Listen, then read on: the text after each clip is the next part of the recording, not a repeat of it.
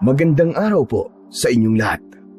Ang kwentong inyong mapapakinggan ay tungkol sa binatang si Jordan na nagtungo sa Isla Pulang Buwan upang hanapin ang nawawala niyang kapatid. Sa islang yun ay makikilala niya si Kapitan Rigor na walang pag-aalinlangan tinulungan siya sa kanyang paghahanap. Ngunit habang tumatagal, si Jordan sa islang yun ay unti-unting nakakaramdam ng kakaiba sa mga taong naninirahan sa Isla Pulang Buwan. Ano-anong sikreto kaya ang matutuklasan Jordan sa isla na yun? Mahahanap ba niya ang nawawala niyang kapatid? At magagawa ba niyang makaalis sa islang yun ng buhay sa oras na malaman niya na yun ay isla na pinamumugaran ng mga aswang?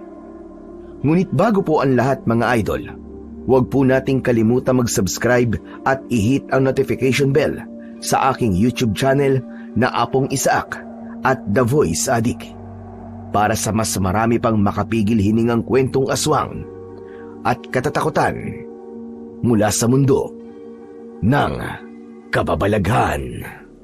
Umpisahan na po natin ang kwento. Bro, sigurado ka na ba talaga sa gagawin mo to? Talagang pupunta ka sa islang yun ng mag-isa? Hindi ba inaaya kita pero ayaw mo? Kaya ako na lang, Benjo. Sakto kasi na sa makalawalang anniversary namin ni John eh. Kilala mo naman yun, di ba? Ayaw nun na may napapalampas na special occasions. Aawain na naman ako nun, panigurado eh. Kaya nga ako na lang, di ba? Basta, ikaw na munang bahala sa bahay ko. Nasa iyo naman ang susi at kukunin ko na lang kapag nakabalik na ako. Yung aso ko huwag mong kalimutan.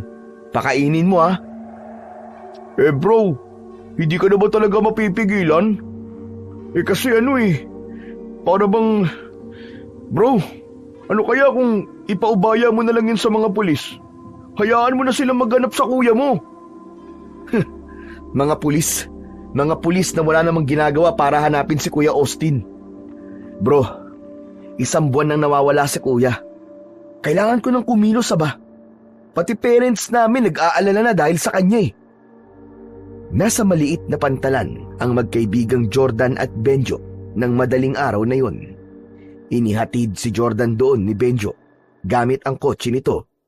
Hinintay lang ni Jordan ang bangka na maghahatid sa kanya. Doon na nga sa Isla Pulang Buwan, ang isla kung saan huling pumunta ang kanyang nakatatandang kapatid na si Austin. Si Austin ay isang pulis na pinadala sa Isla Pulang Buwan dahil may mga tao na nagpunta roon na nawawala rin. Ngunit nang ang kapatid niya ang magpunta roon para mag-imbestiga, ay isa na rin ito sa mga nawawala. Dumulog sila sa mga pulis para humingi ng tulong, ngunit tila ang mga yon ay takot na magpunta sa naturang isla at matulad sa sinapit ng kapatid ni Jordan. Kaya nagdesisyon siya na siya na mismo ang pumunta sa Isla Pulang Buwan para hanapin ang kanyang kuya Austin. Bro, kinakabahan talaga ako para sa iyo Huwag ka na lang kaya tumuloy. Bro, kaya kong sarili ko. Para namang hindi ako nag-aral ng taekwondo. Alam kong delikado tong gagawin ko dahil hindi ko alam ang dadatnan ko sa islang yon.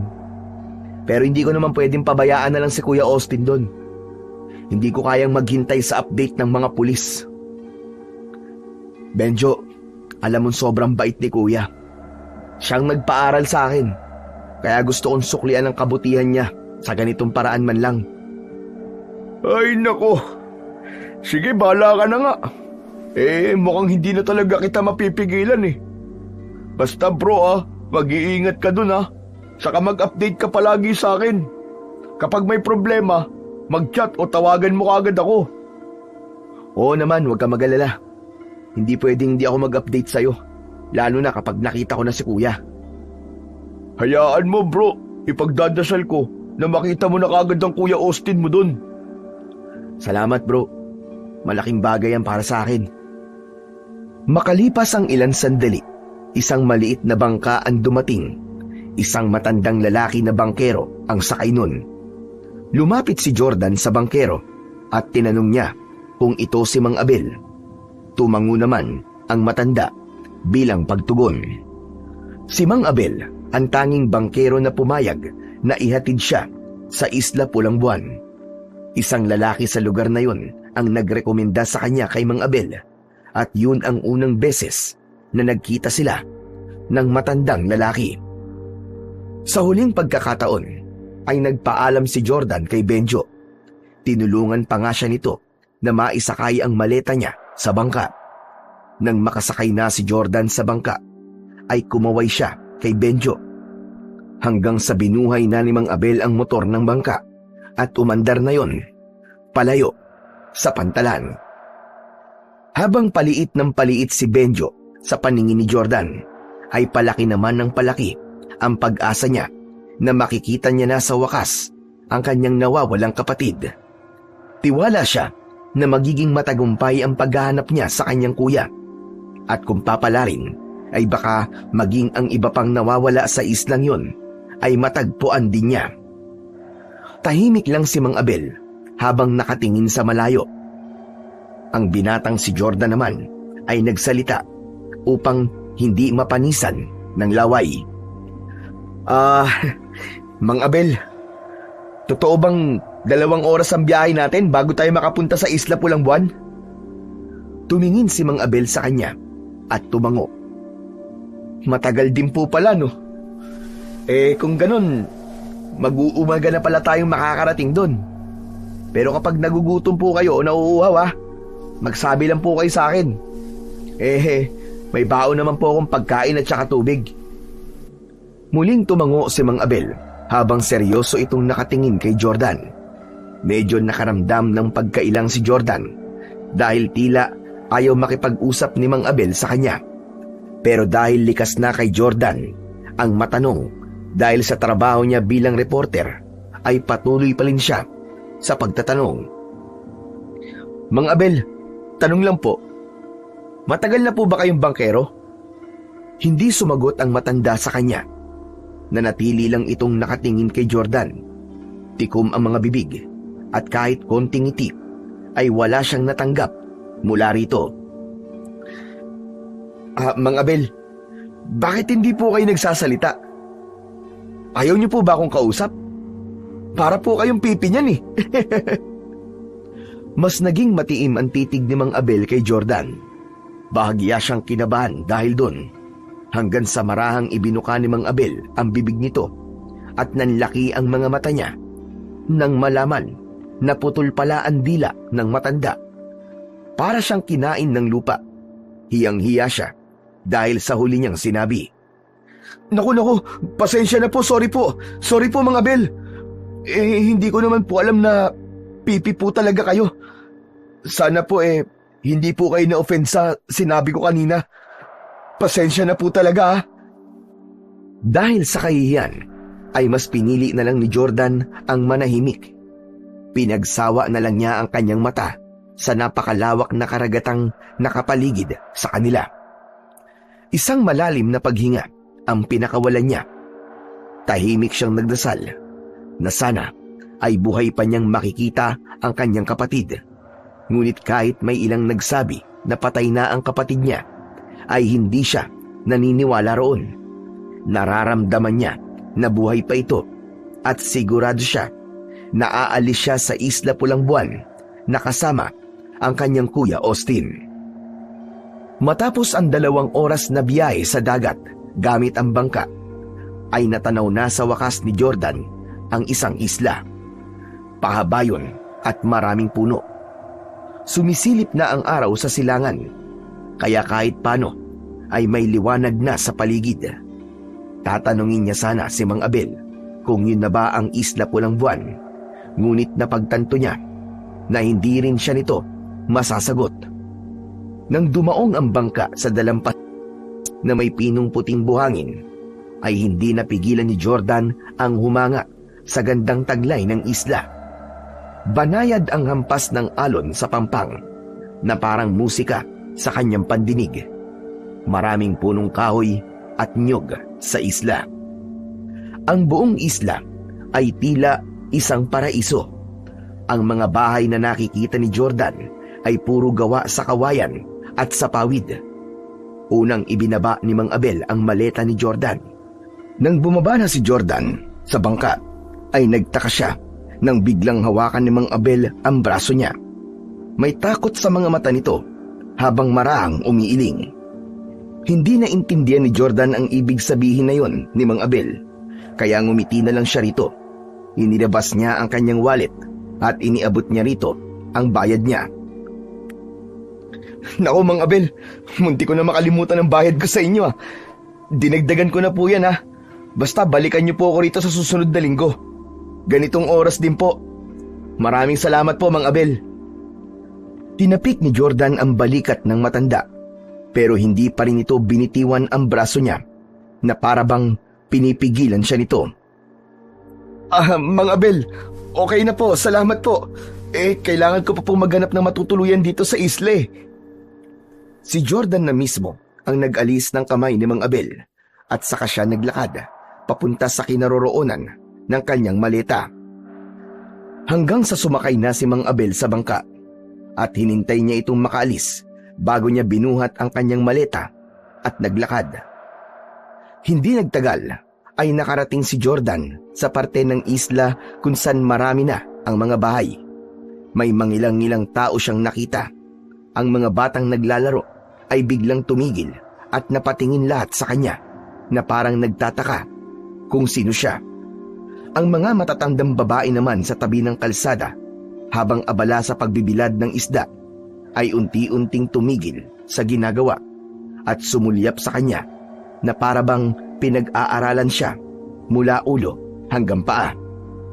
Sa bawat bahay na kanyang nadaraanan ay may mga taong nakasilip sa bintana na halatang sa kanya nakatingin. Pambihira na yan. Ganito ba talaga kabihira ang ibang tao sa islang to? Kaya para akong artista kung tignan nila. Idinaan na lamang ni Jordan sa biro ang kakaibang nararamdaman niya. Hindi siya komportable na halos lahat ng mga mata ng taong naroon ay nakapako sa kanya. Nahiya na tuloy siyang magtanong kung saan ang barangay hall upang makahingi siya ng tulong sa namumuno sa isla na yon sa paghahanap sa kanyang kapatid. Naging matyaga si Jordan sa paghahanap sa barangay hall, ngunit nang inabot na siya ng tanghali at hindi niya pa rin yun nahahanap, ay naglakas loob na siyang magtanong sa isang matandang lalaki. Inihatid siya ng matanda sa isang may kalakihang kubo na nakatayo sa malawak na bakuran. Ayon sa matandang lalaki, ay doon nakatira ang kapitan ng isla na si Kapitan Rigor. Umalis na kagad ang matandang lalaki habang si Jordan ay naiwan sa tapat ng nakasaradong pinto ng bahay. Kakatok na sana siya ng isang binatilyong may dalang itak ang lumabas mula sa gilid ng bahay. Madungis ito at may payat na pangangatawan. Nagkatitigan sila at maya-maya pa ay ngumiti si Jordan. Magsasalita na sana si Jordan pero inunahan siya ng binatilyo. Dayo ka? Umalis ka rito.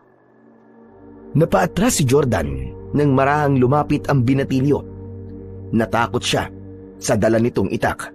Sandali lang boy. Hindi ako masamang tao. Kailangan ko lang makausap si Kapitan Rigor. Sinabi nang umalis ka na. Lisanin mo na ang islag to habang may oras ka pa.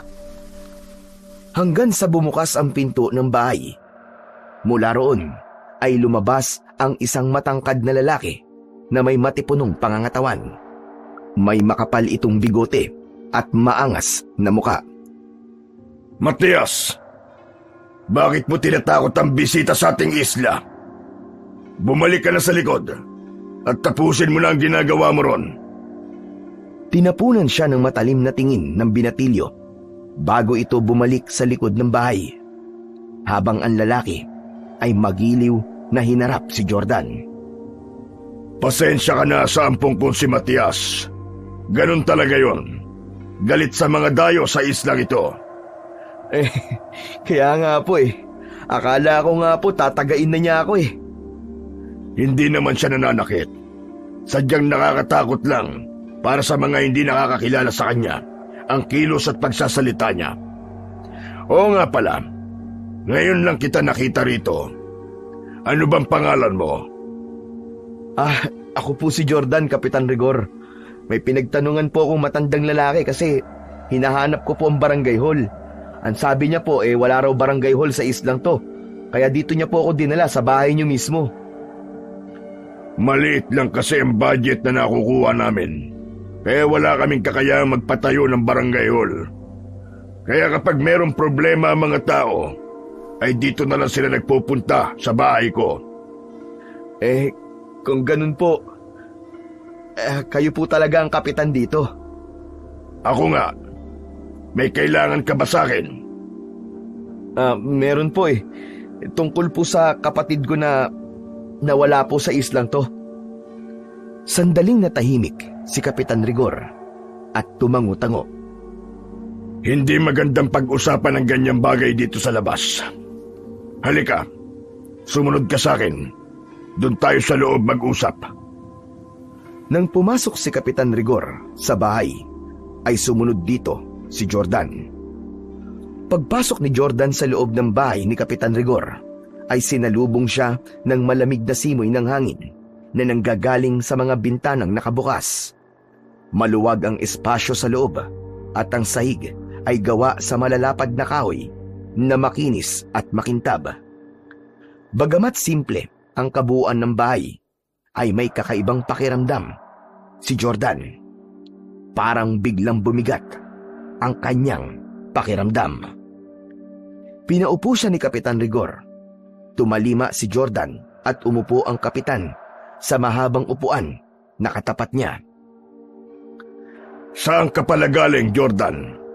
Sa Maynila pa po. Napakalayong lugar. Mabuti at nakarating ka rito. Kaya nga po ang haba po ng biniyahe ko. Bukod sa 2 oras ng bangka, bumiyahe pa po ako ng mahigit 7 oras bago makarating dun sa Pantalan, kung saan sinundo ako ng bangka. Kung ganoon ay malamang pagod ka na. Nagugutom ka ba? May pagkain kaming natira nung nagtanghalian kami. Ipaghahain muna kita kung gusto mo. Hindi na po. Hindi naman po ako nagugutom, Kapitan. Huwag na po kayo mag-abala. Sige po, kahit ano na lang, kahit tubig na lang po. Sandali lang, at uutusan ko lang si Matias. Matias! Matias! Kumuha ka nga ng 1 basong tubig. Bilisan mo! Medyo nabahala si Jordan sa paraan ng pag-uutos ni Kapitan Rigor. Para kasi itong galit na hindi niya mawarian. Hindi nagtagal ay lumapit sa kanila ang binatilyong si Matias. Nang ipatong nito ang 1 baso ng tubig sa maliit na lamesa sa gitna, ay napansin ni Jordan na may mga sugat sa kamay si Matias. Kinuha ni Jordan ang baso at ininom ang kalahati ng laman nun. Balik na tayo sa dahilan kung bakit ka nagpunta dito sa aming isla. Ang sabi mo ay nawawala rito ang kapatid mo. Tama ba? Tama po kayo. Ang totoo po niyan, isa po siyang pulis. Ang pangalan niya po ay Austin Reyes. May natatandaan po ba kayong bumisita rito na meron pong ganung pangalan? Sandaling nag-isip si Kapitan Rigor. Maya-maya pa ay muli itong nagsalita. Ang totoo ay may mangilan-ngilan ngang mga pulis na nagpunta rito para hanapin ang iba pang nawawalan dayo sa lugar na ito. Sa dami ng mga pulis, ay wala akong natatandaan sa mga pangalan nila. Pasensya na, pero madali akong makalimot pagdating sa mga pangalan ng mga tao. Inilabas ni Jordan ang cellphone niya upang ipakita kay Kapitan Rigor ang litrato ng kanyang kuya. Ito po, Kapitan. May picture po ako ng kapatid ko. Baka po sa muka ay matandaan niyo po siya. Pasensya na, Jordan. Pero hindi ko talaga siya natatandaan. 1 buwan na po ang nakakaraan nang magpunta po siya rito sa isla nyo. Tapos po, hindi na po siya nakabalik. Ang sabi po ng mga katrabaho niya ay nawawala na siya. Kung nandito siya sa Isla Pulang Buwan, ay madali lang natin siya mahanap. Hindi ganun kalaki ang isla ito at iilan lang ang mga taong nakatira rito. Kaya naman po inahanap ko po kayo, Kapitan. Kasi po magpapatulong po sana ako sa inyo sa paghahanap po sa kapatid ko. Kapitan, parang awa niyo na po. Kayo lang po ang alam kong pwedeng makatulong sa akin. Hindi mo kailangan magmakaawa sa akin, Jordan. Kahit dayo ka rito, ay tutulungan kitang hanapin ang kapatid mo. Oo nga pala, may matutuluyan ka na ba habang nandito ka sa isla? Yun na nga po eh. Isa pa po yan sa problema ko. Maghahanap pa po ako, Kapitan eh. Sana po meron akong mahanap bago dumilim. Dito ka na lang sa bahay ko tumuloy habang nandito ka. Bukas ang tahanan ko para sa mga dayong kagaya mo. Po? Sigurado po ba kayo, Kapitan? Sigurado ako, Jordan. Saka wala ka rin mahanap na matutuluyan dito sa isla. Wala ritong resort o kaya ay hotel. Ang totoo, ay plano sana naming palawigin ang turismo dito sa isla. Pero hindi namin magawa dahil halos taon-taon ay merong mga taong nawawala rito. Iniisip tuloy ng marami na isinumpa ang Isla Pulang Buwan kahit parang paraiso ang lugar na ito. Tinang-ayunan naman ni Jordan ang sinabi na yon ng Kapitan. Tunay nga na malaparaiso ang Isla Pulang Buwan. At sigurado siya na dadagsa roon ang mga turista kung wala lang nakakabit na misteryo sa islang yon. O paano, iho? Dito ka na muna tumuloy sa bahay ko. Sige po. Maraming salamat po talaga, Kapitan. 1 linggo lang naman po ako rito. Kapitan, magkano po pala ang dapat kong bayaran? Iho, hindi hotel ang bahay ko para magbayad ka. Libre lang ang tulong ko na to sa'yo. Pero Kapitan, nakakahiya naman po. Huwag ka nang mahiya. Isipin mo na lang na bisita ka namin. Halika na. Dadalhin na kita sa magiging kwarto mo para makapagpahinga ka na. Tumayo si Kapitan Rigor at sumunod naman si Jordan. Dinala siya nito sa isang silid na malapit sa kusina. Sa halip na pinto ay isang makapal na kurtinang kulay itim lamang ang nagsisilbing tabing sa pintuan. Maliit lang ang espasyo ng kwarto. Meron dumpapag para sa isang tao na may nakalatag na banig. Meron dong isang unan at kumot. Sa tabi ng papag ay may maliit na mesa kung saan may nakapatong na lampara. Sa gawing kaliwa ng kwarto ay may maliit na bintanang kawayan. Pasensya ka na at maliit lang ang bakanting kwarto dito sa bahay ko. Nako Kapitan, ayos na po ito. Kahit maliit po, mukhang maaliwalas naman po eh. Siya nga pala, walang kuryente dito sa isla ha. Kaya kapag gabi na, ay sindihan mo na lang yan lampara. Wala kaming aircon o kahit electric fan. Pero huwag ka mag-alala, kasi malamig ang klima dito sa isla, lalo na kapag sumapit ang gabi. Kapag gagamit ka naman ng banyo, ay nasa likod lang ng bahay ang palikuran. May balon doon. Ikaw na ang bahalang umigib ng tubig. O sige, iiwan na muna kita, nang sa ganun ay makapagpahinga ka na. Muling nagpasalamat si Jordan kay Kapitan Rigor. Nang lumabas na ito ng kwarto, ay inilagay niya ang maleta sa isang sulok. Umupo siya sa gilid ng papag habang hawak ang kanyang cellphone. Tinignan ni Jordan ang litrato ng kanyang kuya Austin sa cellphone niya at muli siyang inatake ng lungkot at pag-aalala.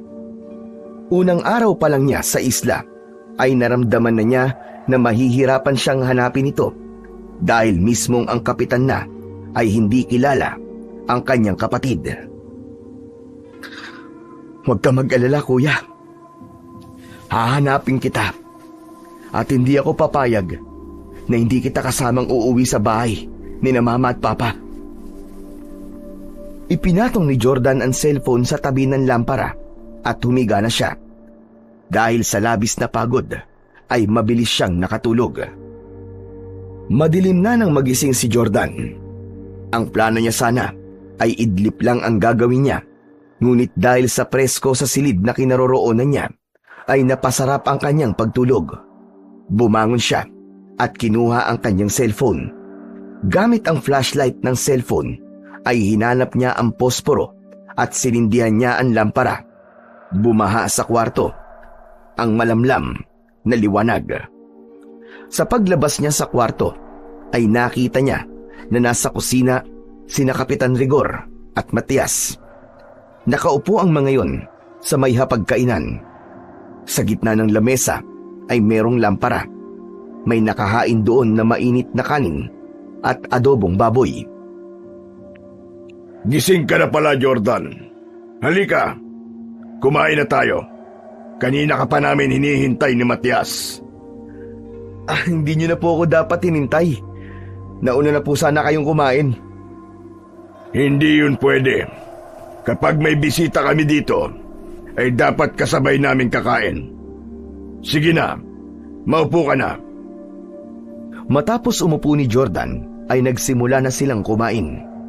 Habang kumakain, ay lihim na pinagmasdan ni Jordan sina Kapitan Rigor at Matias. Napansin niya na halos hindi makakilos ng maayos si Matias dahil palagi itong pinupuna ng kapitan. Nang medyo napalakas ang pagmuya ni Matias, ay sininghalan ito ni Kapitan Rigor. Ayusin mo ang pagmuya mo, Matias. Para kang baboy. At saka bakit nagkakamay ka? Gumamit ka ng kutsara at tinidor. Walang imik na kinuha ni Matias ang kubyertos sa tabi ng plato nito at nagpatuloy sa pagkain. Hindi pa ubos ang kanin ni Matias, pero kukuha na naman sana ito at napagalitan na naman ito ni Kapitan Rigor. Para kang patay gutom, Matias. Ubusin mo nga muna yung kanin mo bago ka kumuha ulit. Nakayukong binitiwan ni Matias ang sandok para sa kanin. Napakunot noon naman si Jordan. Hindi niya maiwasang mabahala sa paraan ng pakikitungo ni Kapitan kay Matias. Kapitan, baka po pwedeng pabayaan na lang po natin si Matias sa kung paano po siya kumain. Alam mo, Jordan, tinuturuan ko yang si Matias ng tamang pagkilos. Ayoko namang isipin ng mga bisita namin na porkit kami taga-isla lamang ay wala na kaming alam sa tamang pagkilos, lalong-lalo na sa harap ng hapagkainan. Pero, Kapitan, bata pa naman po siya. Sigurado po ako na matututo rin po siya habang lumalaki siya. 15 anyos na yang si Matias, kaya hindi na yang bata. Isa pa, parang walang urbanidad ang batang yan ng inampun ko. Mabuti nga at kahit paano ay nagkakaroon na ng magandang asal. Hindi na nakipagtalo pa si Jordan at muling bumalot ang katahimikan sa harap ng hapagkainan. Tanging ang kaluskos ng kutsara at tinidor ang maririnig, habang sa labas ay humahampas naman ang banayad na simoy ng hangin sa mga dingding ng bahay. Pinilit na lamang ni Jordan na kumain, kahit ang totoo ay nawalan na siya ng gana dahil sa nakita niyang pagtrato ni Kapitan Rigor sa batang si Matias. Matapos ang hapunan, ay dinala na ni Matias ang mga pinagkainan sa likod ng bahay upang hugasan sa may tabi ng balon. Dahil wala naman siyang ginagawa, ay naisipan ni Jordan na tulungan ito. Sinundan niya si Matias at yumukod siya sa tabi nito. Ano pang ginagawa mo rito? Di ba sinabi ko na sa'yo na umalis ka na? Tutulungan kita magugas, Matias. Naiinip kasi ako eh. Hindi yan ang ibig kong sabihin. Dito sa isla, umalis ka na. Matias, hindi ako pwedeng umalis dito. Kailangan kong hanapin ang kuya ko. Magsasalita pa sana si Matias, pero biglang dumating si Kapitan Rigor. Napayuko si Matias at itinuloy ang pagsasabon sa mga plato. Jordan, pabayaan mo na si Matias dyan. Kayang-kaya niya na yan. Nag-aalinlangang iniwan ni Jordan si Matias. Dinala siya ni Kapitan Rigor at binigyan siya nito ng sigarilyo, ngunit tumanggi siya. Sinindihan ng kapitan ang sigarilyo nito at hinit-hit yun. Hindi niyo po ba talaga anak si Matias? Hindi, iho. Inampun ko lang siya nung sanggol pa siya. May malakas na bagyo na dumating dito sa isla noon. Marami ang namatay at isa na mga magulang ni Matias. Dahil wala na mag-aalaga sa kanya, ay ako na ang umako ng responsibilidad na dapat ay ang nanay at tatay niya ang magdadala. Kawawa naman bata. Pasensya na po pero makikialam na po ako. Pero sa tingin ko po, ay mali na palagi niyo po siyang sinisigawan. Baka po kasi magka-trauma si Matias eh. Kailangan niyang maging matapang at matatag. Dahil kapag lumaki siya, ay siguradong hindi lang dito sa isla iikot ang mundo niya. Kung ngayon pa lang ay balat sibuyas na siya, sa pagsigaw-sigaw ko, ay wala siyang mararating pagdating ng panahon. Nang maubos na ni Kapitan Rigor ang sigarilyo, ay basta na lang itong itinapon sa lupa at nauna na itong pumasok sa loob ng bahay. Habang si Jordan naman ay nanatili roon. Mula sa bulsa nito ay inilabas niya ang kanyang cellphone. May isang baraan signal niya at alam niyang sapat na yon para matawagan niya ang kaibigang si Benjo. Ngunit nang pipindutin niya na ang call button ay may nakita siyang 2 babae at isang lalaki na papalapit sa kanya. Kinilabutan siya dahil kakaiba ang itsura ng mga yun. Mabalasik ang mga muka ng tatlo at namumula ang mga mata. Lumalabas mula sa bibig ng mga yun ang malapot na laway. Nakabuka ang kamay ng tatlo at mas lalo siyang natakot dahil sa matutulis na kuko na meron ang mga yun. Napaatras si Jordan dahil nakaramdam siya ng panganib. Sino kayo? Teka, bakit ganyan ang mga itsura nyo? Pag-angil lang ang nakuwang sagot ni Jordan sa tatlo. Patuloy pa rin ang mga yun sa marahang paglapit sa kanya. Hanggang sa lumabas si Kapitan Rigor at ito ang humarap sa tatlo. Hoy, kayong tatlo! Umalis kayo rito at huwag niyong ginugulo ang aking bisita. Alis! Umuwi na kayo sa inyong mga bahay. Tila takot na tumakbo nang mabilis ang tatlo palayo. Kahit paano ay nakahinga ng maluwag si Jordan. Nang humarap sa kanya si Kapitan Rigor, ay agad niya itong kinausap. Pambihira! Huh! Nakakatakot naman po yung tatlong yun, Kapitan. Bakit po ganun ang itsura nila? Para silang mga halimaw. Halimaw? Normal lang naman ang mga mukha nila. Hindi po, Kapitan. Yung mukha po nila parang lukot. Tapos ang tutulis pa po ng mga kuko nila. Tapos ang mata, ang pupula. Napailing si Kapitan Rigor, sabay tawa. Hay nako, Jordan. Mukhang pagod ka pa yata sa biyahe mo papunta rito sa Isla Pulambuan. Dahil kung ano-ano nakikita mo eh. Normal lang ang mga itsura nila. May mga ilang tao lang talaga dito sa isla na natutuwa kapag may dayo at wala silang ibang gagawin kundi ang kausapin ka at piliting kanila magkwento ng kung ano-ano tungkol sa syudad. Pinalis ko na sila kasi alam kong ganun nga ang gagawin nila sa'yo. Pero Kapitan, sigurado po ako sa nakita ko kanina. Jordan, sa tingin mo ba ay lolokohin kita? Sige na, matulog ka na at magpahinga para umayos na yung paningin mo. Sige po, Kapitan. Baka nga po tama kayo. Baka nga po pagod lang to. Naguguluhan na pumasok si Jordan sa bahay at dumiretso sa kanyang kwarto. Pagkahiga niya sa papag ay napatitig siya sa kawalan habang iniisip kung namalikmata lang ba siya o totoong mga halimaw ang mga taong nakita niya sa labas kanina. Nakatulog na lang siya nang hindi nahahanap ang kasagutan sa gumugulo sa kanyang isipan. Kinaumagahan ay maagang nagising si Jordan. Pagkalabas niya ng silid, ay nadatnan niyang gising na rin si Kapitan Rigor at Matias. Matapos ang almusal, ay inaya si Jordan ni Kapitan Rigor na hanapin ang kanyang kuya Austin. Nawala na sa isip ni Jordan ang nangyari nung nakaraang gabi dahil ang nasa isip niya ay ang hanapin ang nawawala niyang kapatid. Naglakad sila papunta sa kabahayan at bawat taong nakakasalubong nila ay tinatanong nila at ipinapakita naman ni Jordan ang litrato ng kapatid niya na nasa kanyang cellphone. Nagbahay-bahay din sila pero lahat ng napagtanungan nila ay walang nakakakilala sa kanyang kapatid. Habang patuloy ang kanilang pag-iikot, ay napansin ni Jordan na pasimple at pailalim pa ang tingin sa kanya ng mga tao sa isla.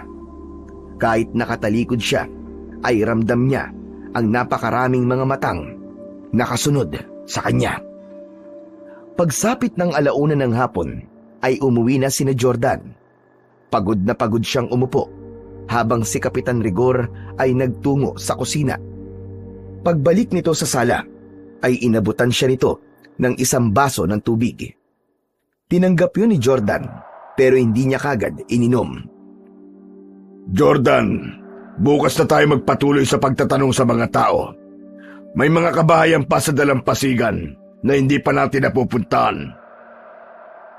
Nagtataka lang po ako, Kapitan. Bakit po kahit isa ay walang nakakakilala sa kuya ko? Sigurado po ako na dito po siya nagpunta para mag-imbestiga. Imposible naman po na walang makakaalala sa mukha niya. Alam mo kasi, mainit kami tumanggap ng bisita dito sa isla. Pero ang buhay namin ay nakatuon pa rin sa mga gawain namin.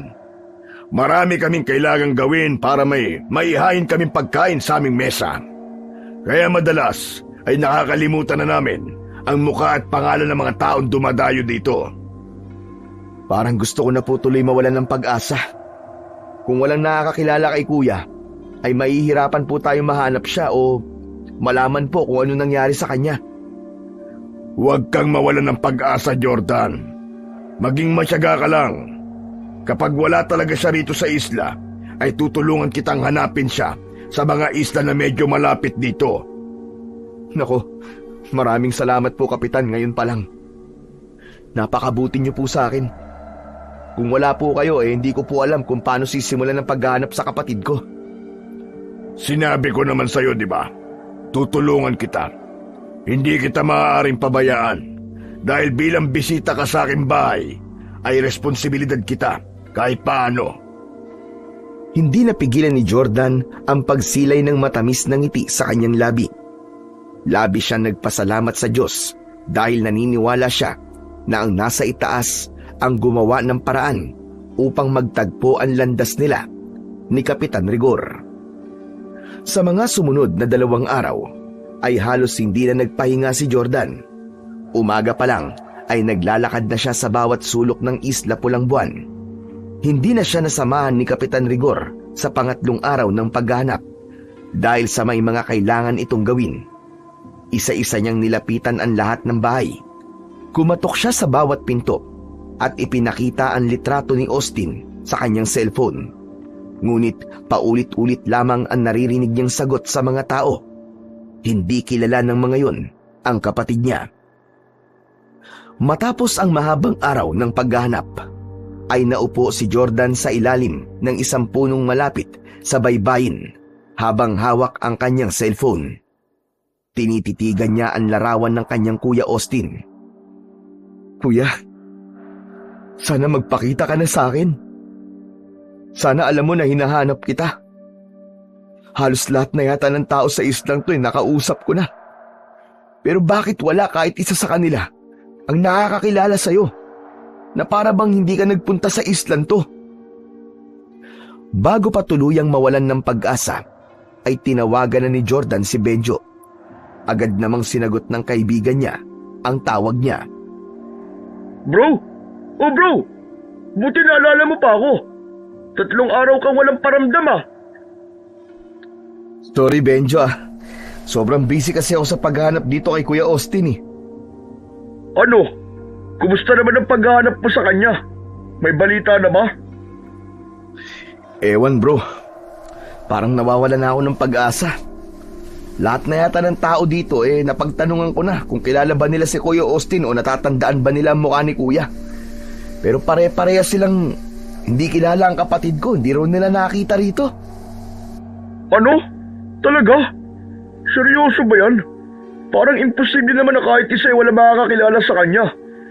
Teka bro, sigurado ka ba na sa tamang isla ka? Bro, sigurado ako. Nasa Isla Pulang-Buwan ako 100%. Bro, baka naman may suggestion ka dyan na pwede kong gawin. Sandali lang bro at mag-iisip lang ako. Isang mahabang katahimikan ang namayani sa pagitan ni na Jordan at Benjo. Makalipas ang ilang segundo ay muling nagsalita si Benjo. Bro, kung hindi siya kilala ng mga tao dyan, ano kaya kung hanapin mo siya sa iba pang parte ng isla? Meron ba diyang mga gubat o bundok? Meron bro.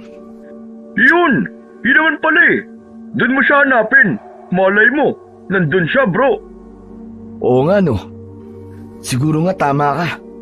Baka nga makakita rin ako dun ng clue kung nasan ba talaga ang kuya ko. May mga sasabihin pa sana si Benjo, pero nagsimula nang maging choppy ang linya. Nang tignan ni Jordan ang signal ng cellphone niya, ay nakita niya na mahina na yun. Nais pa sana niyang makausap ng matagal si Benjo, pero napilitan na siyang tapusin ang tawag dahil hindi niya na ito maintindihan. Hindi na siya nagtagal sa kinauupuan niya. Tumayo na siya at nagsimulang maglakad patungo sa bahay ni na Kapitan Rigor. Pagdating ni Jordan sa bahay ng kapitan, ay tanging si Matias ang naabutan niya roon. Abala ang binatilyo sa pagbubungkal ng lupa sa gilid ng bahay kung saan nakatanim ang iba't ibang gulay.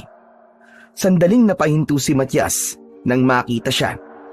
Matalim ang tingin nito sa kanya na parabang may nagawa siyang malaking pagkakamali rito.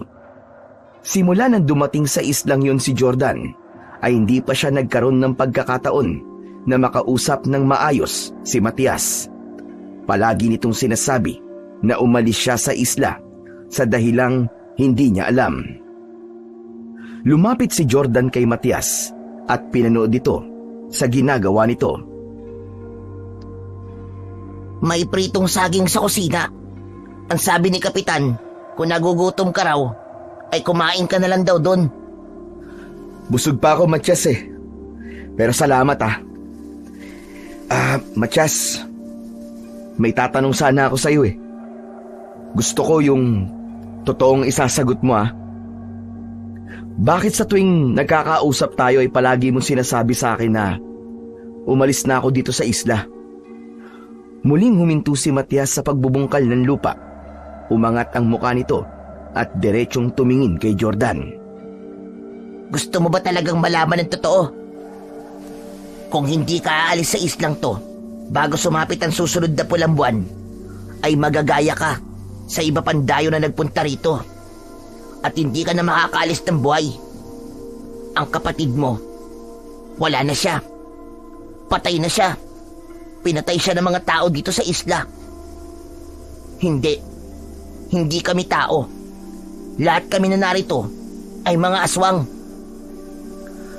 May kilabot na gumapang sa buong katawan ni Jordan sa sinabi ni Matias. Napakaseryoso ng mukha nito na parabang totoo ang mga salitang lumabas sa bibig nito.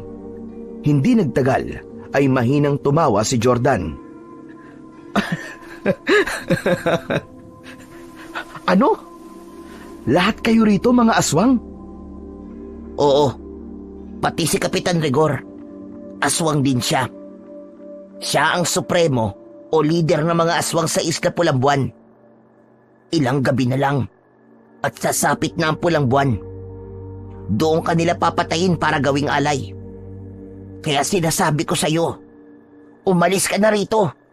Pero Matias, hindi ako pwedeng basta umalis na lang dito nang hindi ko nalalaman ang nangyari sa kapatid ko at kung nasan siya. Saka pasensya ka na. Pero hindi ako naniniwala sa mga aswang, Matias. Alam ko na hindi mo gusto na narito ako. Kaya siguro'y gumagawa ka ng kwento para umalis ako. Pero kahit na anong pananakot ang gawin mo, ay hindi mo ako mapapaalis, Matias. Ano ka ba? Totoo sinasabi ko sa'yo. Kailan ka pa maniniwala? Kapag huli na ang lahat? Kapag ikaw naman ang pinatay? Matipid na ngumiti si Jordan sa binatilyo. Para sa kanya ay wala nang saysay ang makipag-usap pa rito dahil kung ano-ano na ang lumalabas sa bibig nito. Iniwanan na niya si Matias. Nagtungo na siya sa kwarto niya upang ipahinga ang katawan niyang pagod sa maghapon na paghahanap sa kanyang kapatid. Labis na nabahala si Jordan sa mga sinabi sa kanya ni Matias. Kaya kinabukasan, habang kasama niya si Kapitan Rigor sa pag-iikot sa isla upang hanapin ang kanyang kuya, ay ipinaalam niya kay Kapitan Rigor ang mga sinabi sa kanya ni Matias nung nakaraang araw. Lahat ng sinabi ni Matias, gaya ng lahat ng tao sa islang yon, ay aswang. At mamamatay siya kapag hindi siya umalis bago sumapit ang pulang buwan, ay sinabi niyang lahat sa kapitan. Malakas na tumawa si Kapitan Rigor. Sinabi niya yon. Siraulo talaga tong Matias na to. Huwag kang maniwala kay Matias. Sinungaling ang batang yon, Jordan. Alam mo ramdam ko kasi na ayaw kanya na nakatira sa bahay ko. Kaya kung ano-anong kasinungalingan na lamang ang sinasabi niya para takutin ka. Gusto niya siguro na umalis ka na rito sa isla. Yun na nga rin po ang naisip ko, Kapitan eh. Hindi po ako manhid para hindi maramdaman ang mabigat na loob ni Matias sa akin. Saka kung aswang kami, hindi ba dapat nung unang gabi mo pa lang dito ay pinatay ka na namin? Tama po kayo. Isa pa, hindi po kasi ako naniniwala sa mga aswang-aswang eh. Alam ko po nakatang-isip lang sila para gawing panakot po sa mga bata. Pero, Kapitan, maiba po ako. Halos lahat po kasi ng bahay at mga tao rito sa isla ay napagtanungan na natin. Ano po kaya kung sa gubat naman po tayo sunod na maghanap sa kapatid ko? Naisip ko po kasi, Kapitan, na baka na-aksidente po siya ron o kaya baka may makita po tayo dong clue na makakapagsabi kung nasan po ang kuya ko. Jordan, delikado ang gubat sa islang to. Marami dong makamandag na mga ahas. Lahat kami rito ay iniiwasan ang gubat na yon dahil ayaw naming mabiktima ng mga ahas doon. Ay, kung ganun, mas lalo po akong dapat na magpunta sa gubat. Baka po nagpunta dun si kuya tapos inatake po siya ng mga ahas. Kapitan, kung maaari po sana samahan niyo po ako ngayon sa gubat. Sige na po, parang awa niyo na po.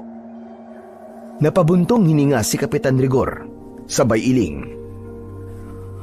O sige, sasamahan kita. Pero sandali lang tayo ron. Hindi tayo pwedeng magtagal ron.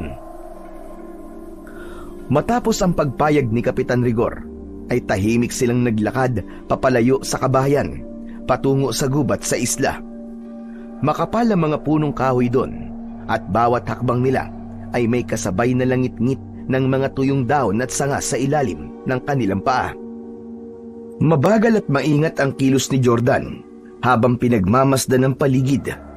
Umasa siya na makakakita siya ng palatandaan na nagpunta roon ang kanyang kapatid. Habang patuloy silang lumalalim sa gubat, ay nagkaroon si Jordan ng pakiramdam na parang may mga matang nakatingin sa kanila. Makalipas ang ilang minuto, ay nakita ni Jordan sa unahan nila ang isang napakalaking puno ng balete. Napakaraming baging ang nakalaylay mula sa matataba nitong mga sanga. May kilabot na naramdaman si Jordan habang naglalakad palapit sa balete, ngunit napahinto siya nang mapansin niyang wala na sa tabi niya si Kapitan Rigor. Lumingon siya sa likod at doon niya nakita si Kapitan Rigor na nakatayo ilang dipaan layo sa kanya.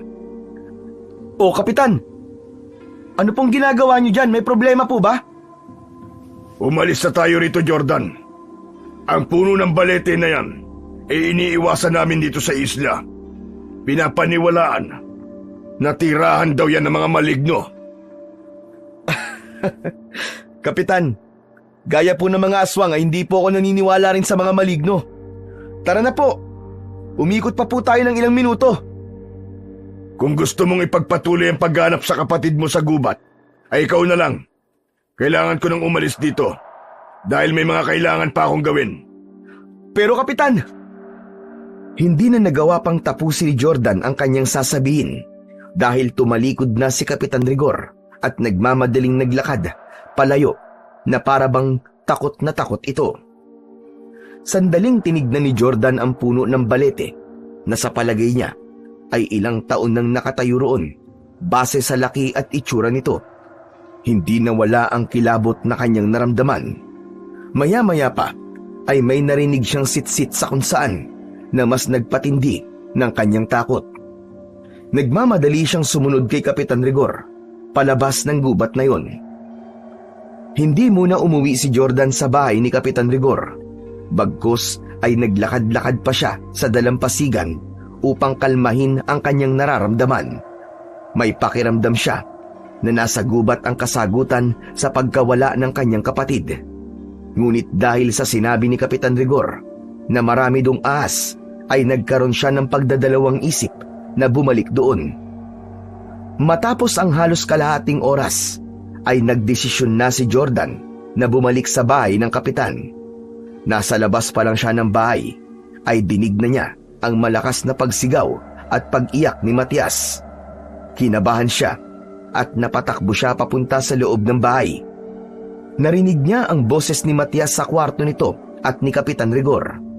Meron yung pinto, hindi gaya ng kwartong ginagamit niya, kaya hindi niya magawang makapasok doon. Tama na po! Tama na po, Kapitan! Hindi na po ako uulit! Tama na po! Talagang hindi ka na makakaulit. Ang dapat sa'yo ay magtanda. Napapitlag si Jordan nang marinig niya ang malakas na pagpalo ng kung anong bagay sa katawan ni Matias. Hindi na niya napigilang kumatok ng sunod-sunod sa pinto ng kwarto. Kapitan! Kapitan, tama na po yan! Nasasaktan po ang bata, tama na po! Huwag kang makialam dito, Jordan. Hayaan mo kung disiplinahin ang batang ito. Pero Kapitan, marami pong paraan para sa pagdidisiplina ng bata. Hindi mo siya kailangan saktan. Ngunit hindi nakinig si Kapitan Rigor sa sinabi ni Jordan. Patuloy pa rin ito sa pagpalo kay Matias, habang si Matias naman ay palakas ng palakas ang pagsigaw. Pakiramdam ni Jordan ay nawalan ng lakas ang buo niyang katawan. Gusto niyang tulungan si Matias, pero wala siyang magawa dahil hindi niya mabuksan ang pinto. Ilang minuto ang lumipas at huminto na ang pagpalo kay Matias. Tanging ang mahihinang hikbi na lamang ni Matias ang naririnig niya. Biglang bumukas ang pinto at lumabas mula roon si Kapitan Rigor na may hawak na malapad na pamalong kahoy. Bago isarado ni Kapitan Rigor ang pinto, ay nakita pa niya si Matias na nakaupo sa isang sulok habang umiiyak. Puno ng pasa ang buong katawan nito at dumudugo pa ang bibig.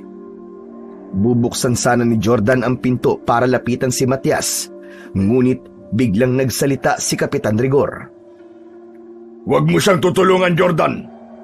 Hayaan mo mag-isa niyang pagsisiyan ang ginawa niyang kasalanan. Kapitan Rigor, ano po bang ginawa ni Matias para bugbugin niyo po siya ng ganun? Hindi ba't sinabi mo na nagsinungaling siya sa'yo? Yung sinabi niya na lahat ng tao sa isla, kasama na ako, ay mga aswang? Natigilan si Jordan na konsensya siya nang mapagtanto niya na kasalanan niya pala kung bakit binugbog ang batang si Matias. Pero Kapitan, hindi mo naman siya kailangan saktan ng ganong katindi. Pwede mo naman siyang pagsabihan na lang o kausapin na huwag na siyang magsisinungaling na huwag niya lang uulitin. Sa ginagawa niyo pong pananakit sa kanya, baka magrebelde po siya at mas lalo kayong mahirapan na pasunurin siya. Kung hindi ko sasaktan ng batang yan, ay hindi yan matututo. Saka bakit ka ba nakikialam kung paano ko didisiplinahin si Matias? Ako ang tumatayong magulang niya at may karapatan akong gawin ang kahit na anong gusto ko sa kanya. Mali po kayo, Kapitan. Hindi porket anak o ampun niyo ang isang bata, ay may karapatan po kayong saktan siya. Meron po tayong batas na nagpoprotekta sa mga batang kagaya ni Matias. Sa islang to, ako ang batas. At hindi ko nagugustuhan ang pakikialam mo, Jordan. Hindi porket pinatuloy kita rito sa aking bahay, ay may karapatan ka ng makialam sa akin. Kung gusto mong manatili pa sa islang ito, at ituloy ang paghanap sa kuya mo, ay matutukan sundin ang batas ko. Nagkakaintindihan ba tayong dalawa? Napalunok si Jordan sa mga sinabi ni Kapitan Rigor sa kanya. Hindi niya akalain na mapagsasalitaan siya nito ng ganun. Dahil na rin sa takot na paalisin siya nito sa isla, ay tumango na lang siya bilang pagtugon. Lumabas ng bahay si Kapitan Rigor, habang si Jordan naman ay naiwan na nakatayo at nag-iisip kung ano ang susunod niyang gagawin. Naisipan ni Jordan na maglakad-lakad muna. Muli siyang nagtungo sa gubat upang magkaroon ng halaga ang paglalakad niya. Patuloy siyang naghanap ng kung anong palatandaan na nagtungo nga roon ang kanyang kapatid. Alerto siya sa paligid, lalo na't sinabi ni Kapitan Rigor na marami dong ahas. Ngunit hindi pa rin naaalis sa isip niya ang sinapit ni Matias kanina sa kapitan. Hindi nawala sa utak niya ang imahe ni Matias na puno ng pasa habang umiiyak. Hanggang sa napahinto siya sa paglalakad nang isang hukay ang nakita niya sa gitna ng kagubatan. Hindi yun ganun kalalim. Sa tansya niya ay isang dipa niya ang lapad ng hukay. Sumilip siya ron at nakita niya na may mga sunog na damit doon. Bumaba siya at tinignan ang mga gamit na naroon. May nakita siyang bag na hindi tuluyang natupok ng apoy.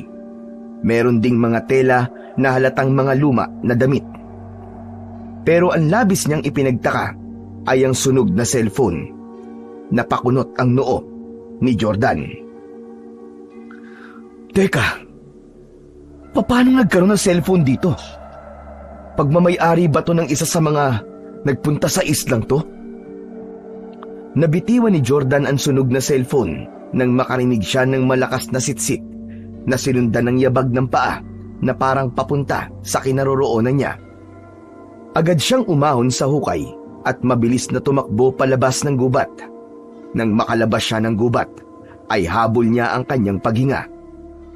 Nang makarating si Jordan sa bahay ni Kapitan Rigor, ay wala roon ang kapitan. Nakapinid pa rin ang kwarto kung saan naroon si Matias. Gusto niya sana itong kausapin para kahit paano ay gumaan ang loob nito. Ngunit naisip niya na hindi yun magandang ideya dahil sinabihan siya ni Kapitan Rigor na huwag makialam pagdating kay Matias. Kaya pumasok na lamang siya sa kanyang silid sa bahay na yon. Humiga siya at tumingin sa kawalan. Habang nakahiga si Jordan, ay naramdaman niyang tila hindi siya mapakali, kaya binaliktad niya ang unan. Sa muling paglapat ng ulo niya sa unan, ay may naramdaman siyang matigas na bagay doon. Bumangon si Jordan at inalis niya ang punda ng unan.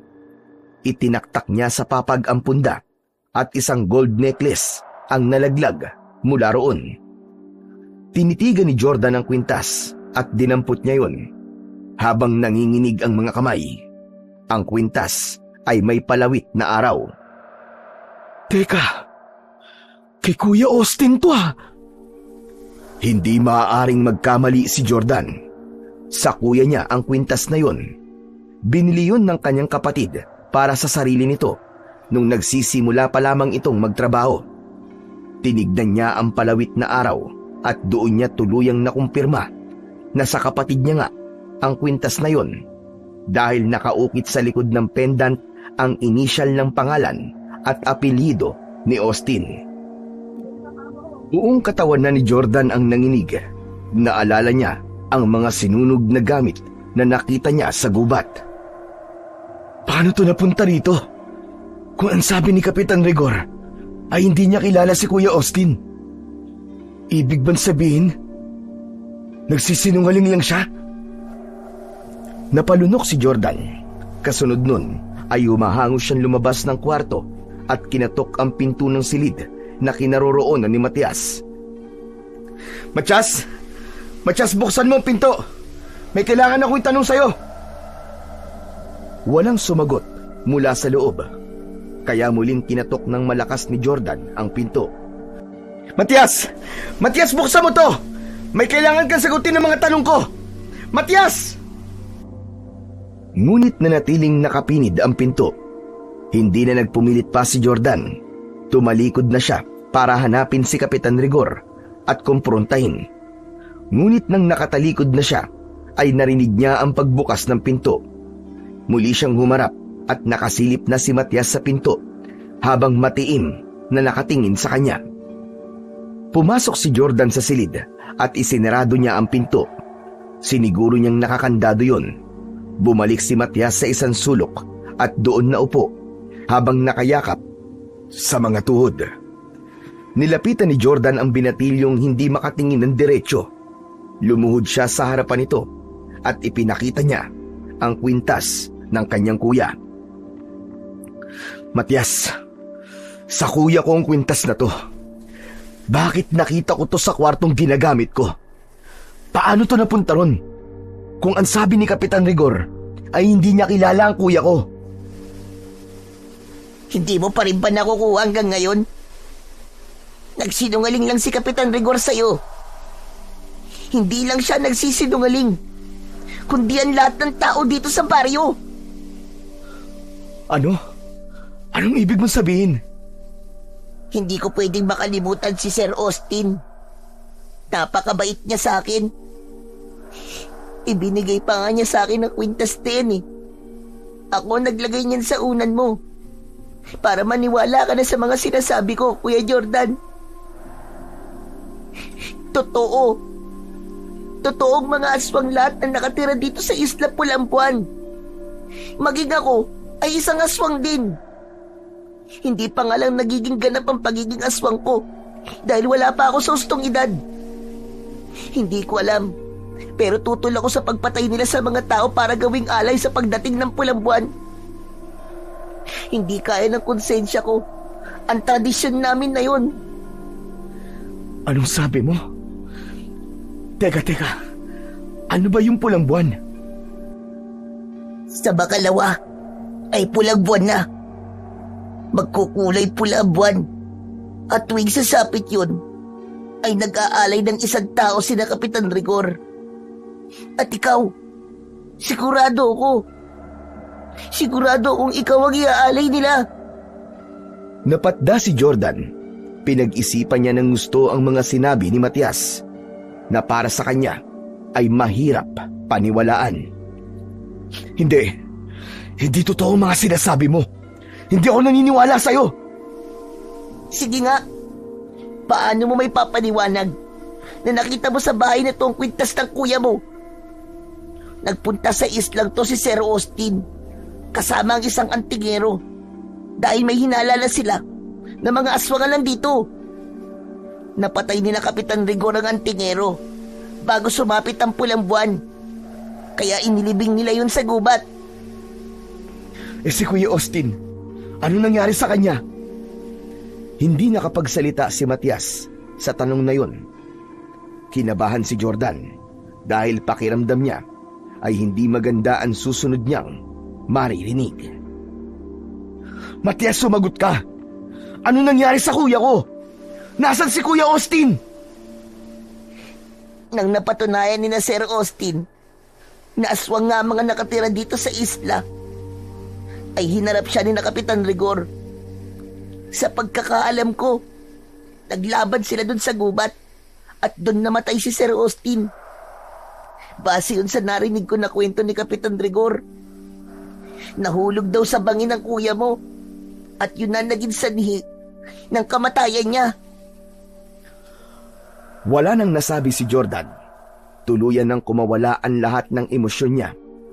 Galit, pagtataka, puot at kalungkutan. Napahagulgul siya nang malaman niya na patay na ang kapatid niya. Ayaw niyang maging ipokrito. Sumagi na sa isip niya na may posibilidad na baka patay na nga ang Kuya Austin niya. Ngunit malaki pa rin ang paniniwala niya na buhay pa ito at kasama pa niya itong aalis sa islang yun. Hinayaan lang ni Matias na umiyak ng umiyak si Jordan. Nang bahagyang humupa na ang emosyon ni Jordan, ay pinilit niyang magsalita muli. Dalhin mo ako sa katawan ng kuya ko. Kailangan ko siyang maialis sa islang to at mabigyan ng maayos na libing. Hindi ko alam kung magandang ideya yan.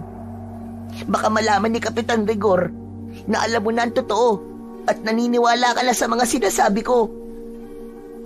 Kung ganun haharapin ko si Kapitan Rigor, papatayin ko siya, gaya ng ginawa niya sa kuya ko. Wag! Hindi madaling gawin yan. Mahirap kalaban si Kapitan Rigor. Lahat na nakatira rito ay kakampi niya maliban sa akin. Siya ang puso. Siya ang puso ng mga aswang na nandito sa isla.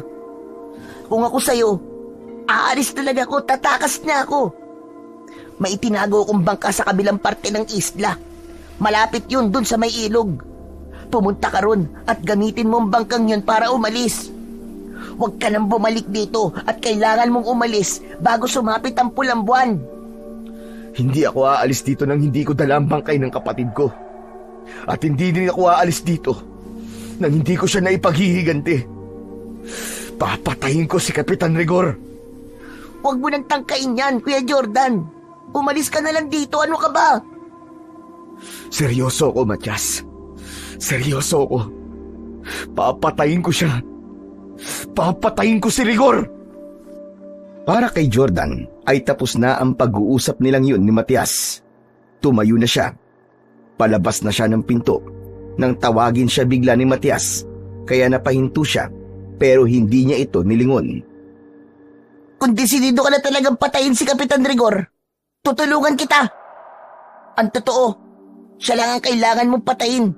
Dahil kapag namatay siya, ay mamamatay na rin ang lahat ng aswang na nandito. Si Kapitan Rigor ang puso ng islang to. Kapag nawala siya, lahat ng nandito ay mawawala na rin. Teka, kapag pinatay ko si Kapitan Rigor, ibig sabihin ay kasama kanyang mamamatay? Tama ka. Pero wag mo nang intindihin yun. Ayoko na rin mabuhay pa. Ayoko nang umabot pa ako sa edad kung saan tuluyan ako magiging aswang at magiging kagaya ako ni na Kapitan Rigor. At kung kailangan mo ang tulong ko, ay sabihan mo lang ako. Tuluyan nang lumabas ng kwartong yun si Jordan. Bumalik siya sa kanyang kwarto at doon ay pinagmasdan niya ang kwintas ng kanyang kuya Austin. Hindi niya napigilang umiyak. Ipinangako niya sa kanyang kuya na papatayin niya si Kapitan Rigor bilang paghihiganti. Pinilit ni Jordan na mag-isip ng pulidong plano kung paano niya papatayin si Kapitan Rigor. Pero dahil sa magulo ang utak niya ng mga sandaling yun, ay hindi siya makapag-isip ng maayos. Ang tanging plano na naisip niya ay ang wag munang ipaalam kay Kapitan Rigor na naniniwala na siya sa mga sinasabi sa kanya ni Matias. Para sa kanya, mas magkakaroon siya ng laban kung hindi alam ni Kapitan Rigor na alam na niya na isa itong aswang at ang lahat ng nakatira sa Isla Pulang Buwan. Pagsapit ng hapunan ay tahimik lamang si Jordan. Kahit gusto niya nang saksakin sa mata si Kapitan Rigor gamit ang tinidor, ay pinigilan niya ang kanyang sarili na gawin yon. Bukas na pala ang kapistahan ng aming isla, Jordan. Sa tingin ko, ay huminto muna tayo sa pagharap sa kapatid mo. Magiging abala mga tao rito, lalong-lalo na ako. Hindi magandang araw yon para maghanap ng nawawalang tao. Naiintindihan ko, Kapitan. Isa pa, wala rin akong balak na hanapin si Kuya Austin bukas. Gusto kong magpahinga na muna. Maganda yung naisip mo. Pwede ka rin makisali sa pista namin. Sigurado ko na malilibang ka. Lihim na nagkatinginan sina Jordan at Matias. Matapos yun, ay ibinalik ni Jordan ang tingin kay Kapitan Rigor na walang kaalam-alam sa matalim na tingin niya rito. Sinabi ni Jordan sa sarili na sa gabing yun ay sisiguraduhin niya na mapapatay na niya si Kapitan Rigor. Hindi siya papayag na sisikatan pa ito ng araw bukas. Matapos ang hapunan ay nagtungo si Jordan sa kwarto niya para kunin ang kanyang cellphone. Kinabahan siya nang hindi niya yun makita sa tabi ng lampara. Hinanap niya ang cellphone niya sa kanyang maleta pero wala rin yun doon. Sa pagsilip niya sa ilalim ng papag ay doon niya nakita ang kanyang hinahanap. Laking gulat niya nang makitang basag ang screen ng cellphone niya at hindi na yun nabubuksan. Tumiim ang bagang ni Jordan. Sigurado siya na si Kapitan Rigor ang may gawa nun. Alam niya na nagsisimula na itong kumilos para hindi na talaga siya makaalis sa isla at sa pagsira nito sa cellphone niya ay isang hakbang yun upang mawalan siya ng kontak sa mundo sa labas ng Isla Pulang Buwan. Lumabas siya ng bahay at nagtungo sa likod. Doon siya huminga ng maluwag. Nakita niya si Matias sa tabi ng balon habang naguhugas ng mga pinagkainan. Lumapit siya rito at nagpanggap siya na tinutulungan ito. Matias, binasag ni Rigor ang cellphone ko. Sigurado ako na siyang may gawa nun. Bukas na kasi ang pulang buwan, Kuya Jordan. Naninigurado na siya na hindi ka magkakaroon ng pagkakataon na humingi ng tulong. Mamaya papatayin ko na siya, Matias. Kailangan matapos ng kasamaan niya. Sigurado ka bang kaya mo siyang patayin? Wala akong pagpipilian kundi ang subukang patayin siya. Kapag napatay ko na siya, ay saka ko hahanapin ang katawan ng kapatid ko at aalis na ako sa islang to. Pero Matias, talaga bang ayos lang sa'yo na patayin ko si Rigor? Alam mo ang mangyayari sa'yo kapag nagtagumpay akong gawin yun. Matagal ko nang gustong mamatay si Kapitan Rigor, Kuya Jordan. At handa rin ako mamatay kasama niya para wala na silang mabiktima ng mga tao na nagpupunta sa island to. Hangad ko ang tagumpay mo, Kuya. Mag-iingat ka. Maraming salamat, Matias, ha. Sorry kung hindi kagad ako naniwala sa'yo. Naiintindihan kita, Kuya. Alam ko na mahirap talagang paniwalaan ng kababalagan na nangyayari sa islang to. Lalo na para sa mga taong kagaya mo na lumaki sa syudad. Oo nga pala. Meron ba akong maitutulong sa'yo, Kuya? Sa ngayon wala, Matias. Malaki ang tiwala ko sa sarili ko na magtatagumpay akong patayin mamaya si Rigor. Huminto na sa pag-uusap ang dalawa nang sumilip sa bintana mula sa kusina si Kapitan Rigor. Tumingin ito sa kanila. Nakangiting kumaway si Jordan sa kapitan upang hindi ito makaramdam na may pinaplano siyang masama para dito. Alauna na ng madaling araw, hindi mapakali si Jordan sa kanyang silid. Panay ang lakad niya habang hawak ang isang kutsilyo na kinuha niya kanina sa kusina. Alam niya na sa oras na yun ay tulog na si Kapitan Rigor at maaari niya nang isagawa ang kanyang plano. Ngunit hindi pa niya yon magawa dahil bigla siyang inatake ng kaba at takot. Kung sakali kasi ay yun ang unang beses na papatay siya. Ano ba? Ano ba, Jordan? Bakit ngayon ka pa dinadaga? Isipin mo na lang na hindi tao ang papatayin mo kundi isang aswang. Isa pa, kailangan mong patayin si Rigor para maipaghiganti mo ang kuya mo. Huminto si Jordan sa paglalakad. Huminga siya ng malalim at kahit may kaba pa rin ay lumabas na siya ng kwarto upang isagawa na ang pagpatay kay Kapitan Rigor. Nang nasa harapan na siya ng pinto ng silid ni na Kapitan Rigor, ay itinulak niya yon. Madali niya yung nabuksan dahil hindi yon nakalak. Sinabihan niya kasi si Matias kanina na siguruduhin ito na hindi nakalak ang pinto ng kwartong yon bago ito matulog.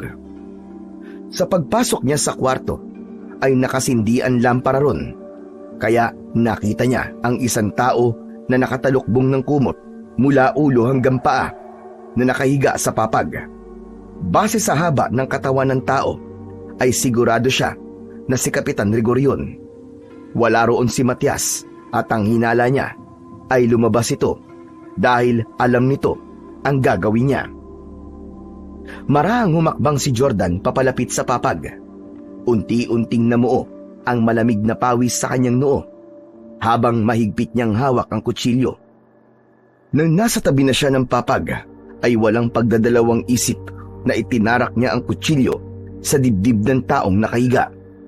Paulit-ulit niyang sinaksak yun habang mabilis na binalot ng galit ang kanyang puso. Hayop ka! Para to sa kapatid ko at sa mga taong pinatay niyo! Demonyo ka, Rigor! Demonyo ka! Pakiramdam ni Jordan ng mga sandaling yun ay wala na siya sa kanyang sarili habang sumisigaw at walang tigil niyang sinasaksak ang inakala niyang si Rigor. Hanggang sa natigilan siya dahil napansin niya na wala siyang nakikitang dugo kahit ilang beses niya nang sinasaksak si Kapitan Rigor. Doon na niya hinablot ang kumot at nagimbal siya dahil wala roon si Kapitan Rigor. Ang nandoon lamang ay mga unan na hinanay para magmukhang tao kapag tinakluban ng kumot. Napapitlag siya nang may narinig siyang kaluskos sa ilalim ng papag. Sumilip siya ron at doon niya nakita si Matias na nakatali ang mga kamay at paa. Meron tumbusal sa bibig at bakas sa mga mata nito ang takot. Hinila ni Jordan si Matias palabas sa ilalim ng papag. Ginamit niya ang kutsilyo upang mabilis niyang maalis ang lubid na nakatali rito. Nang alisin niya ang busal sa bibig ng binatilyo, ay agad itong nagsalita. Kuya, patawarin mo ako. Sinabi ko kay Kapitan Rigor ang plano mo. Narinig niya pala ang usapan natin kanina sa likod ng bahay. Si Rigor, nasan siya? Sabihin mo sa akin, Matias. Nandito ko, Jordan. Nanlamig si Jordan nang marinig niya ang malalim na boses ni Kapitan Rigor sa kanyang likuran. Marahan siyang tumayo at sa paglingon niya ay nakita niya ang kapitan na nakatayo sa may pintuan. Akala mo siguro ay ganun kadali mo lang ako mapapatay, no? Ako ang supremo ng mga aswang sa islang ito. At hindi lang ang katulad mo ang papaslang sa kagaya ko. Walang iya ka. Pinatay mo ang kapatid ko.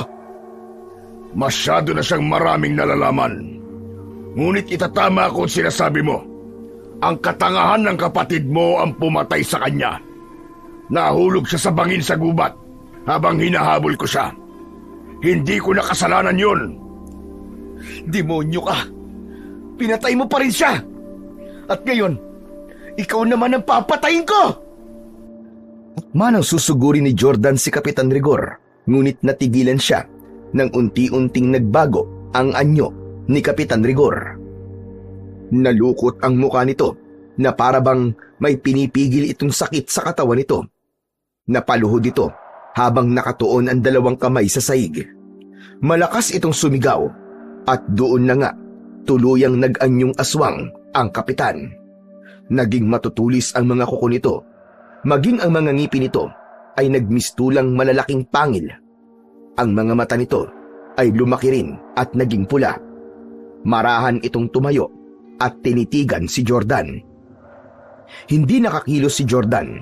Napako siya sa kanyang kinatatayuan habang ang puso niya ay malakas na kumakabog. Biglang umatake si Kapitan Rigor kay Jordan. Sinubukan niya itong saksakin, ngunit malakas na tinabig nito ang kamay niya. Nabitiwan niya ang kutsilyo at tumilapon yun sa kung saan. Nataranta ng gusto si Jordan nang mawalan siya ng bagay na maaari niyang gamitin para labanan si Kapitan Rigor. Doon na siya sinunggaban ng aswang. Napahiga siya sa sahig at agad na pumaibabaw ang aswang sa kanya. Sa gilid ng mata niya ay nakita niya si Matias na nakatulala at gulat na gulat. Kuya Jordan! Humanda ka sa akin, Matias. Ikaw ang isusunod ko.